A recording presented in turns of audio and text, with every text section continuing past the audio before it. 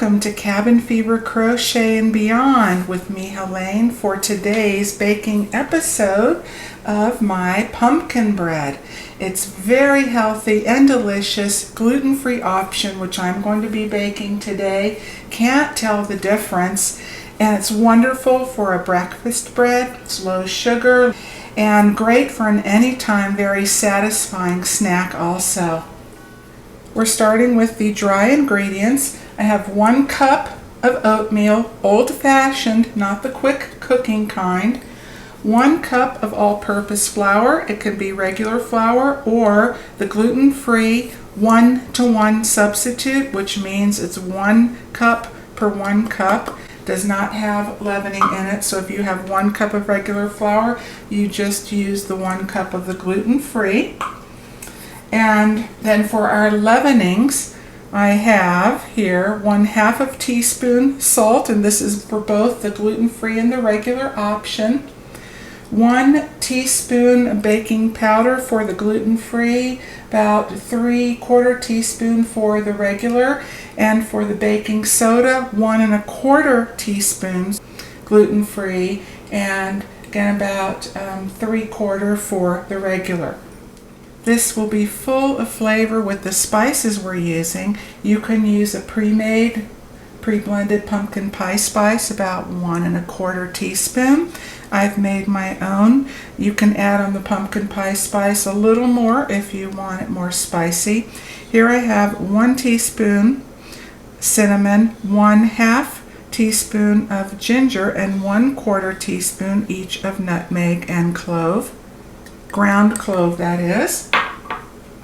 And then for a wonderful add-in, optional if you like, is I have 1/4 cup of ground golden flaxseed. Gives it a little more texture and a lot of added fiber and wonderful healthy oils in here. Alright, so then I just take a little whisk or whatever you have. You can use a fork. Pre-mixing the dry together to me just gives an even distribution and easier when you put the wet and the dry together. So now for the wet, 3 eggs, alright, 1/2 cup, and this mine is not real sweet, so if you like yours more sweeter, so you can go up to 2/3 cup of either a white sugar or a sugar alternative. I am using monk fruit. Maple sugar would be very good. Then 1 teaspoon of vanilla extract. And about 2 tablespoons of oil. I just eyeball that and go, okay, 1, 2, that looks pretty good. That works. And then with the same whisk, just mix that together a little bit. And then I'm going to add the pumpkin. 1 can, this is 15 ounce, 425 grams. I add 3/4 up to about here of a can. And then with the leftover, if you have dogs, you can put a tablespoonful into their dog food. It's really good for them, for their digestion. Or if you make pancakes, waffles, you can add the leftover to your batter. Go ahead, give that another stir till it's well blended. And then I'm going to add the wet to the dry. This is going to go in a preheated oven at 350 degrees. And you can preheat your oven first. Get that started as you're mixing everything together. I scrape this down to the last drop. Alright. And now just fold, mix all that together. Make sure you scrape the sides and the bottom.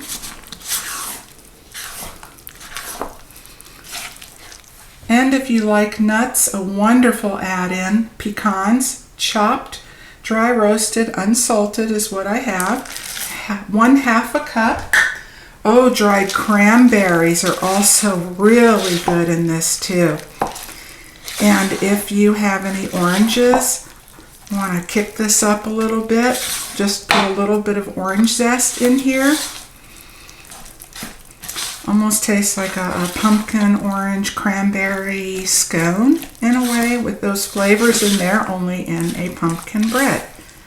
And for your pans, this is a 9 by 9 square. You can use a 13 by 9 rectangle. An 8 by 8 should work, but it's going to make it a little bit thicker, and that will adjust your cooking time. You might need to leave it in a few extra minutes. So you can grease either with an oil, or I used butter, and then flour the bottom and the sides. Add your batter. It's going to be thick. You see how thick that is? Don't want it too wet, or it will not cook through in the center. That's why I do not use the entire can. Spread that out a little bit. Depending on the type of pan, a metal pan is going to cook the fastest, glass next, and then the stoneware takes a little bit longer. Also, depending on your altitude, how your oven is calibrated, you may need to adjust the cooking times. Now, the toothpick test, where you pull it out, it comes out clean, does not apply for this bread, and particularly gluten-free. And I'm just shaking this a little bit back and forth to evenly distribute that in the pan. For the cooking time, 350 degrees again, and the time is going to vary depending on the size pan. This 9 by 9 square I'm going to bake for 30 minutes. Cover it with foil to prevent the top from overcooking, and then bake it for another 5 minutes. A 9 by 13 pan would be about 24-28 minutes, and then you can go ahead and check it. Cover it again if you need to cook it longer, same as this pan. And how I test for doneness is I press my finger to see how much it springs back or how firm it is, and you will see that the sides are getting a little bit more brown, and you get those wonderful cracks going through it. And then you want the top to be medium browned as well. If you push into it and it does not spring back, or when you push and the indentation remains, then it's not done. All right, so I am going to pop this in the oven, let it do its thing, and I will see you in just a little bit. And now it's time to take our pumpkin bread out of the oven. And if you like this placemat, which can also double as a hot pad, and if you crochet or would like to learn, the link for my tutorial is listed in the description section. All right, so I'm taking a wire rack, placing that on top, and then my pumpkin bread on top of that. You can see the color where it's nice and brown. And yes, I see that a little overcooked too. Accidentally left it in a few minutes too long, but you know what? It's still really, really good.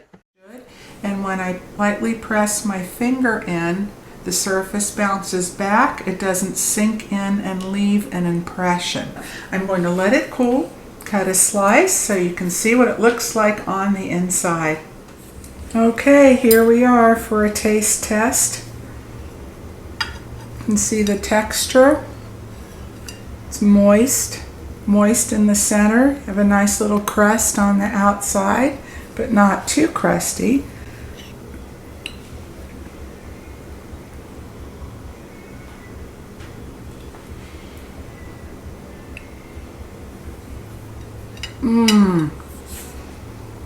So good.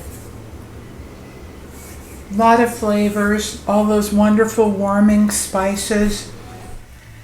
This both freezes and reheats really well. When I freeze it, I separate and line each piece with parchment paper, and they're pre-cut, and that way I can just lift one piece at a time without it breaking apart.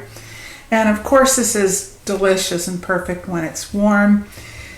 Little butter on top, or cream cheese when it's warm and let that melt in, and or even a drizzle of maple syrup, all really good.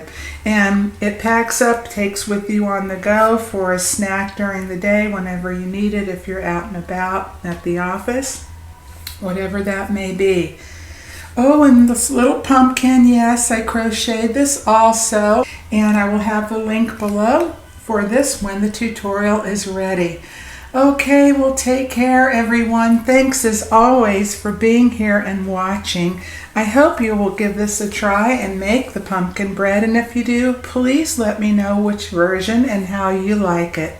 Thank you so much. Take care, and I will see you soon. Cheers.